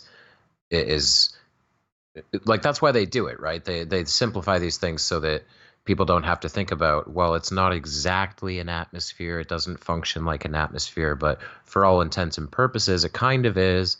Right. It's hard to find a way to effectively deliver the information without misinforming people. Yeah. Like I think another kind of similar example would be like the thermosphere itself. People don't understand the thermosphere. They think it's very hot up there. Well, it's not. It has a high temperature, but it Right. has heat. Right. It's so thin that there's not much thermal energy that it could transfer to you. Right. So, yeah. And it also has an extremely low coefficient for heat transfer anyway because it's so thin. Because, I mean, the particles strike you so infrequently that they can't transfer much of their kinetic energy to the particles that make you up, or a spaceship up, or whatever. Mm. So, if we have any other... What comes next? Clouds are not water? Marcus Dresden, you're behind the times. That's the entire point of chemtrails. That clouds aren't water. Oh yeah, man. All clouds are the weather machine made by the man. Yeah, and contrails, which are in fact just clouds made of water that happen to have been produced in an unusual way, they'll say that, oh no, it's like aluminum particulates.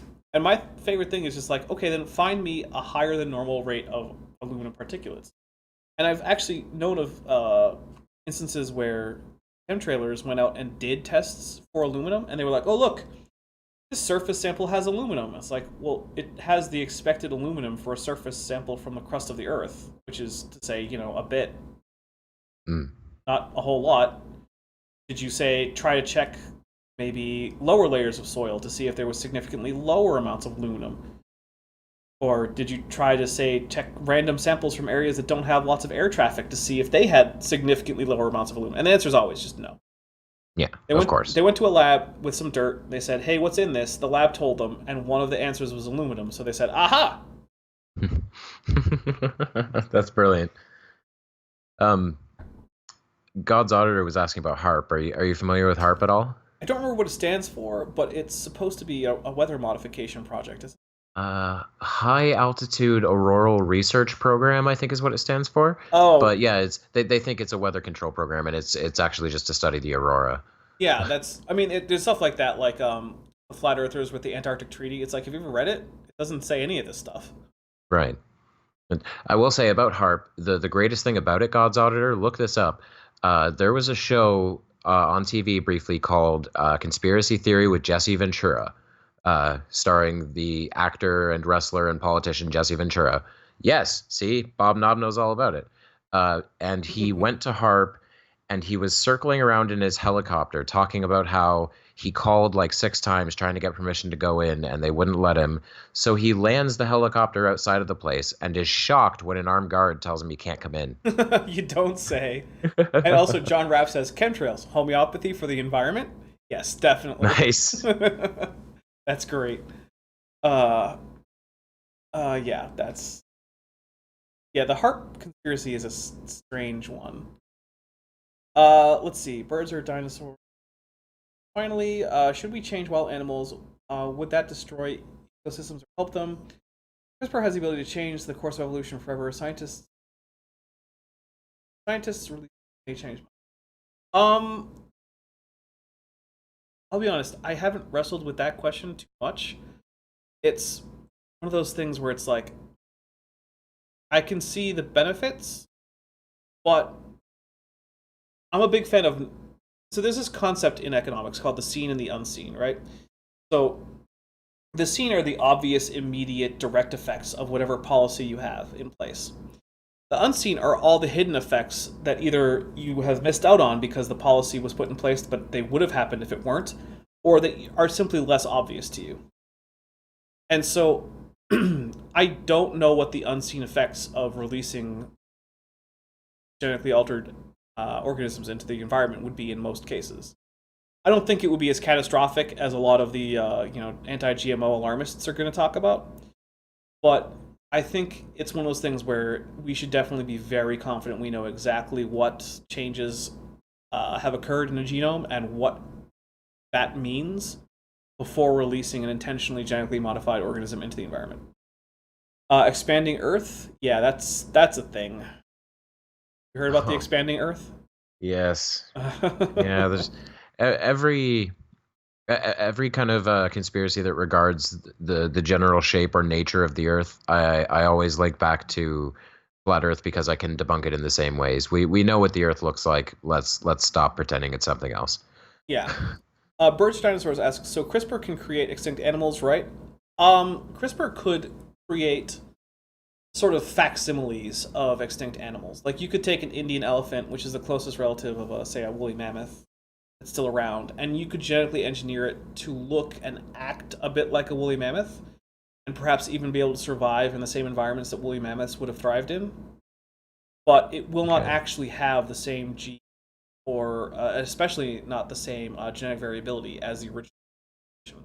So it's not quite bringing back an extinct animal, although in terms of environmental impact, it might be good enough. And there's actually some scientists working on ways where they could actually simply genetically engineer some elephants to just be mammoth facsimiles without actually needing mammoth genetic material.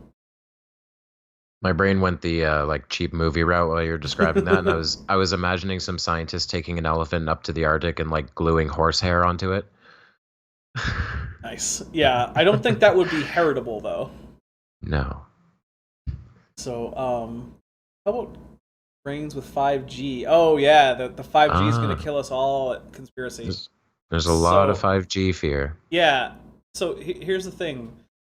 5G is, from what I understand, it's basically just a higher frequency network, and because of the higher frequency, it has more bandwidth. But the there's never been any evidence that this particular form of radiation is particularly harmful to people. Because the thing is, like radio waves, microwaves, and all of these are just different kinds of electromagnetic radiation, and there are a lot of parts of the spectrum that just aren't very harmful. You have to get into the pretty darn small, small in terms of wavelength sections of the electromagnetic spectrum before it starts really becoming a problem. So, like ultraviolet and higher energy, aka smaller wavelength, that starts to become a problem. But as far as I know, 5G is still well below even the visible range, even the infrared range. Oh yeah. So I don't see why it would cause any problems. There's no immediate physical reason to think it's a problem. And as far as what does Dapper Dino know about radiation and the risks thereof? Well, I went to Naval Nuclear Propulsion School where radiation controls and ionizing radiations were big topics that we had to pass lots of tests on. So that's pretty credible, I would say. Yeah. I did a lot of radiation control in my time in the Navy. A lot. Much more than I wanted to, but you know. I like what God's auditor said. 5G is basically just a large Wi-Fi router. Yeah, basically, yeah. It really is. There's just no reason to suspect it is. No, that kind of feeds into all those like Project Bluebeam style conspiracies. If you've ever heard any of those, that all involve an impending event that's totally going to happen, like next year probably, Right. in which either the world ends or the new world order takes over, and things like 5G and chemtrails and all that stuff. It ends up kind of feeding into that as pieces of the big puzzle of the grand unified conspiracy. And Identify the Violence asks if I was in the Navy. Yes, I was in fact the first dinosaur in the United States Navy, but they weren't talking a whole lot about it because there's still some sort of anti-dinosaur in the armed forces sentiment out there. That's why in the recent Jurassic World movies, that's why that's a plot element. It's a kind of subtle whistle about that. Exactly. Yeah. But they're still not giving me any credit or residuals or anything from that, which is it bugs me. But technically, there's not much I can do about it. Little known fact: the Rex throughout the Jurassic Park movies was originally Dapper Dino. Yeah, it was going to be me, but I wasn't big enough or scary enough, so they had her do it. Ooh, a little T-Rex with a horn on its head, not good enough. And yeah, cell phones are going to give us brain cancer. Yeah, that was again all of the wavelengths used by cell phones are not ones that are going to be dangerous. Like it's not any more dangerous than sitting near a radio tower. Right.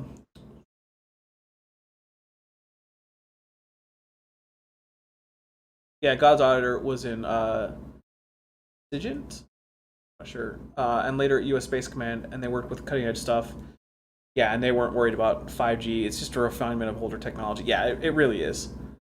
Fear of 5. This is Darth Killer. Fear of 5G were there long before. I remember during the era of 2G rumors and fake news articles claiming that the waves were going to make ear hair overgrow. Awesome.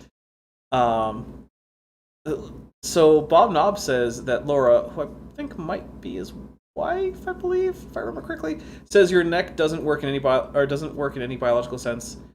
She's probably on the drugs again. So actually, that neck is fairly carefully reconstructed, keeping in mind the actual muscles inside of a dinosaur's neck as well as the bone structure. And it's the rig that I use to pose and animate isn't super perfect, but broadly speaking, the neck is about what you would see on a real Ceratosaurus if you saw one alive. So there's that. If we went to a large planet, this birds are dinosaurs facts. How would we prepare or live on or around them? Well, see, you've kind of asked a vague question there. What do you mean by large? Do you mean massive, or do you mean he contrasts big? it with low G, so I'm going to assume he means high G. Okay, so massive then. So Yeah. more massive than Earth. That's an interesting question. I mean, I think there's probably humans don't really have any experience with significantly higher G forces than 1 in terms of just living long term. Obviously, we have experiences with like pilots pulling high G maneuvers and stuff like that, but that's not a long term. But I imagine there must be some range of values for a gravitational constant higher than what would give you 1G, and also a bit lower, where humans could essentially function normally. You know, this makes me think I should look into the Soviets did a few landings on Venus at a certain period in time, and I wonder if they did any research on like essentially how quickly the gravity was crushing their equipment or anything like that. Well, from what I understand, it was the heat fried their computers before the gravity was able to cause any problems. And also, I'm not positive, but I think Venus actually has a slightly lower surface gravity than Earth. Oh, does it? I think it does. I'm going to double check. Oh, shoot. I'm making myself look bad here. I'm the space guy. I'm being corrected by a 150 million year old dinosaur. Venus gravity is 8.87 meters per second. Ah, shoot. Yeah, so just barely. It's about a whole meter per second. Yeah. So yeah, Venus surface gravity is slightly lower than Earth, but I think it's also one of those things where, like, let's say Venus weren't so hellish in other ways, I think humans could probably function normally on that. I watched your Kent versus Dapper Dinosaur debate. Birds are dinosaurs. I love how he kept thinking that you were talking about evolution, but you kept telling him, even if God is real, birds are still dinosaurs. And it's true. One of the things about debating someone who has a set script is you have to be able to get them off script. Because if you let them stay on script, they are so practiced and so slick with that script, you will not get in anything useful. gets people off script if you're going to debate someone who has the same script. And there's a lot of creationists who do debates, and they always have the same script. And I've had creationists refuse debates simply because I wanted to narrow in on part of their script, and the debate was going to be so narrow that they couldn't use the rest of it, and they knew it. I once asked someone whose big thing is, genetic entropy. Information is always degrading in the genome. And I said, well, let's have a debate specifically about, can mutations lead to an increase in genetic information? Refused. Wouldn't debate that. Because he knows, okay, I'm projecting my own motive, or I'm projecting ideas about his motivation. I can't say for certain. But I'm fairly confident that the reason that he refused is because he knows that he cannot defend that point on its own. He can only use it as part of a Gish gallop with a whole bunch of other things. Are you familiar with the Gish gallop? Oh, yes. Okay. Oh, yeah. Flat Earthers love it. Did you know that it came from young Earth creationism? I didn't. Yeah, Dwayne T. Gish. He is co-author on the book, or I guess he still is the co-author, but he's dead now. The Genesis Flood. And I think he worked for Creation Research Institute. But yeah, he would do public debates where he would just rattle off, like, just so many various points, all of which he was incorrect about, but about which no debater could possibly correct all of them satisfactorily in the allotted time. And yeah, it was named for Dwayne T. Gish. It's a horribly kind of effective way of making your point. Like you see something like Eric Dubay's 200 proofs that the Earth is flat. Oh yeah, and it's one after another, and they're all wrong. And half of them are the same as previous points, just stated differently or with a different example. Oh yeah. When you boil it down, it's really like, I think 60 points. Yeah. So Maya asks, "Are you saying creationists are dishonest?" I am, and then Unidentified Leviathan, being a creationist, said, "Would I be dishonest?" So first, Unidentified Leviathan, I don't think you are dishonest, and I don't think that most creationists are dishonest. The ones who are, though, are the ones who have some decent credentials, who have been involved professionally in promoting creationism for any significant length of time. They have been exposed to the information that shows that their ideas are incorrect. They choose to ignore that. And I would say that is dishonest. But I don't think, like, I wasn't dishonest when I was younger. I mean, I'm not saying I was, some paragon of truthfulness. People tell lies. I'm sure I told plenty of lies when I was a kid, all through high school or whatever. But I honestly held those creationist beliefs. But that was because I hadn't actually been exposed to the counter evidence. And when I was, I did the honest thing and modified my belief. Darth says, can I just say, oh yeah, when it comes to Unidentified Leviathan, I didn't know that they were a creationist, but I've been noticing them in the chat, and earlier they said with asterisks around it, laughs in Spinosaurus, and that made me chuckle. So I like this person. Yeah, I like Unidentified Leviathan too. He's been hanging out on my channel basically since the Kent Hovind debate, and I appreciate him being here and putting in comments and in the chat. Good guy. Creationists, this is Darth Killer. Creationists do bring up things sometimes. Hear the identification of.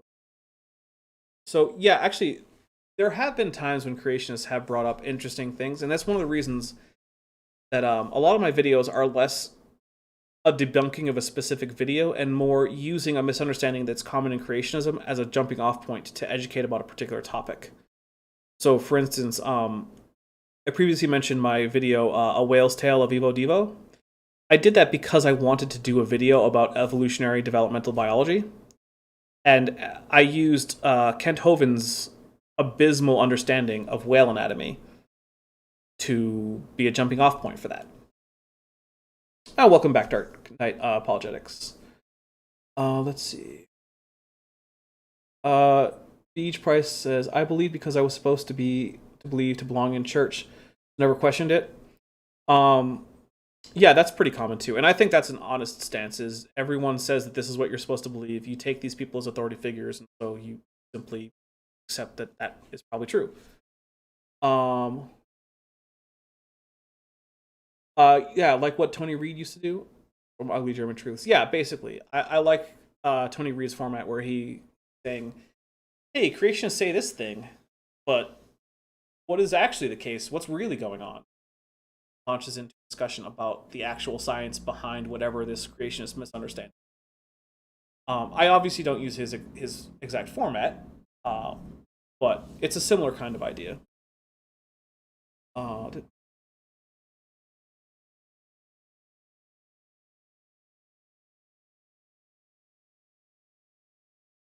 I'm not seeing too many questions. Do you have any? We're getting close to the closeout time for the stream, I think.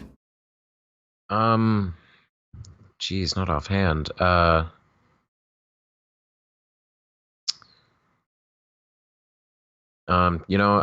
Since I can't think of anything to say, I'm just going to say, I wish Bill was here, and may he rest in peace, because I wish he was here, because this would have been such a more amazing stream with him. But I agree.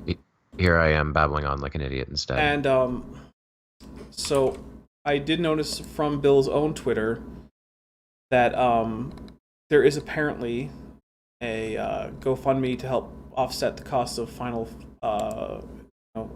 costs about funerals and things like that. So this is from Bill's Twitter that I got this, so I'm fairly confident that this is actually legitimate. So I'm linking it in the chat. I'll put it in the description later. I wanted to see if I could find information about the service at the museum. I'm not finding it on his Twitter. I'm going to double check Facebook and see if it's there, because if so, I'd like to give people information in case they're, sufficiently local. Oh, Bill starts with a B, not an N. Let's see. Yeah, so the same GoFundMe is also on his Facebook page, which is being run by his son right now. Yeah, so here we go. The Arizona Museum of Natural History on October 30th from 6 to 8 p.m. The address is 53 North McDonald Mesa. If you search for Arizona Museum of Natural History, you'll be able to find the address. It's not hard to get to if you're in the area. So it's open to the public. If you want to go and pay your respects to a great science educator and someone who really fought hard against pseudoscience, yeah, that's where you should probably head. And if not, like I said, his son is running his Facebook and his Twitter, so if you have messages of support, that's where I would recommend leaving them. If you have, condolences, anything like that. So, yeah, we lost a great man, and I hope that this does a little something to honor his memory. But we are gonna see y'all later. Please, if you haven't already, subscribe to Kevin's channel here, Dead Kennedy in Space, and my channel too. And you know what? Go look through Bill Ludlow's catalog, because he has some great stuff in there, and his channel is linked in the description. So thank you very much for having me. Yeah, thank you for coming. Well, everyone, I'll talk to you later. I'm not sure when the next video will be up, because I haven't really started working on it, but thank you very much, and I will see you all later.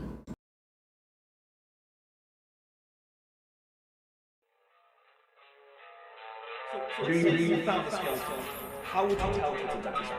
You personally, how would you decide? Well, interesting question. I don't know. I'd have to do some research on that.